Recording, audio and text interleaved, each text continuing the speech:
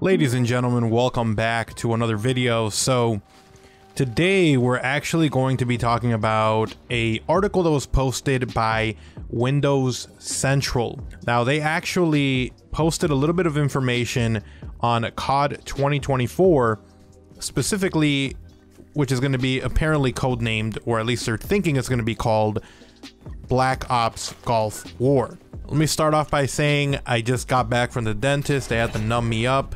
So if I sound weird, that's the only reason why. But I wanted to talk about this because this is kind of big news that just kind of came out. So if you want to see the article, I'll link it down below. But it also is a little bit surprising that this will be the first Call of Duty in a long time. Maybe even the first one ever to get 4 years of development time, which is very interesting. So I'll read through the article. There's a lot of information here. So like I said, if you want to read it at your own pace, you can, link down below. Long in development, Treyarch is gearing up to show off its latest entry in the Black Ops series, as most have been expecting for some time now. Via multiple sources familiar with Activision's plan, we can now confirm that Call of Duty 2024 is indeed Black Ops. But we now have some more details on the theme. Black Ops 6 is currently being heavily referred to internally by codenames, and its formal name may not be fully decided yet.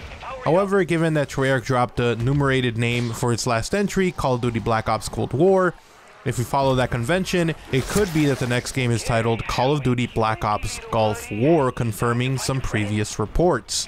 Black Ops 6 is set during the Gulf War with a focus on CIA. According to multiple sources familiar with Activision's plan, Call of Duty 2024 will support the Black Ops moniker and once again follow some of the West's more shadowy military dealings in global conflict scenarios.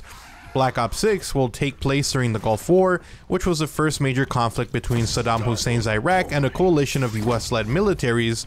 US President George W. Bush Sr. and UK Prime Minister Margaret Thatcher deployed troops alongside Egypt and Saudi Arabia into Iraq after the Hussein regime invaded Kuwait, in what formed the largest coalition of military since World War II.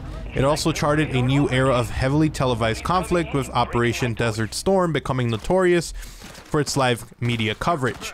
The war also featured some of America's largest ever tank battles in an era before drone warfare. Indeed, Black Ops 6 will lean back into more traditional military combat technology and familiar Black Ops gadgetry, as opposed to the current and near future tech we've seen from Modern Warfare and some other recent Call of Duty titles. From what we've been told, Black Ops 6 will attempt to explore a nuanced narrative of the Gulf War with a critical focus on different participants within the conflict. It also dovetails into the end of the Cold War era and explores some of the consequences therein. While I can't fully corroborate this yet, it was previously shared on Twitter X via Insider Gaming that Call of Duty 2024 will feature returning maps from Black Ops franchise, including Grind and WMD. Gamefile leaks also point to round-based zombies modes returning. Insider Gaming has been reporting this for a while, sharing the Cerberus codename, which I can now corroborate. We're still locking down details on the format zombies will take for Call of Duty Black Ops 6 to see if we can corroborate some of those previous reports. We've also heard that Activision is discussing a large pre-order early access bonus for Call of Duty Black Ops 6, with several days for the base game and maybe even weeks for access to other modes. Activision Blizzard has leaned heavily into the pre-order for early access trend recently, with World of Warcraft catching some backlash for the advantage it could impart via its pre-order early access for the War Within. Call of Duty Warzone will also naturally get some love to tie into with the new Black Ops entry, as you might expect.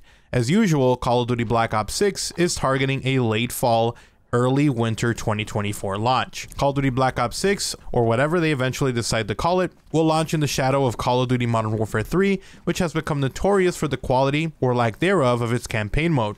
Reports from Bloomberg have also previously suggested that this year's Call of Duty Modern Warfare 3 was developed in the space of a few months, as Treyarch sought delays for its own Call of Duty title. Treyarch contributes to all Call of Duty projects, but Call of Duty 2024 will present the longest development time Treyarch ever has put into a Call of Duty title it's leading.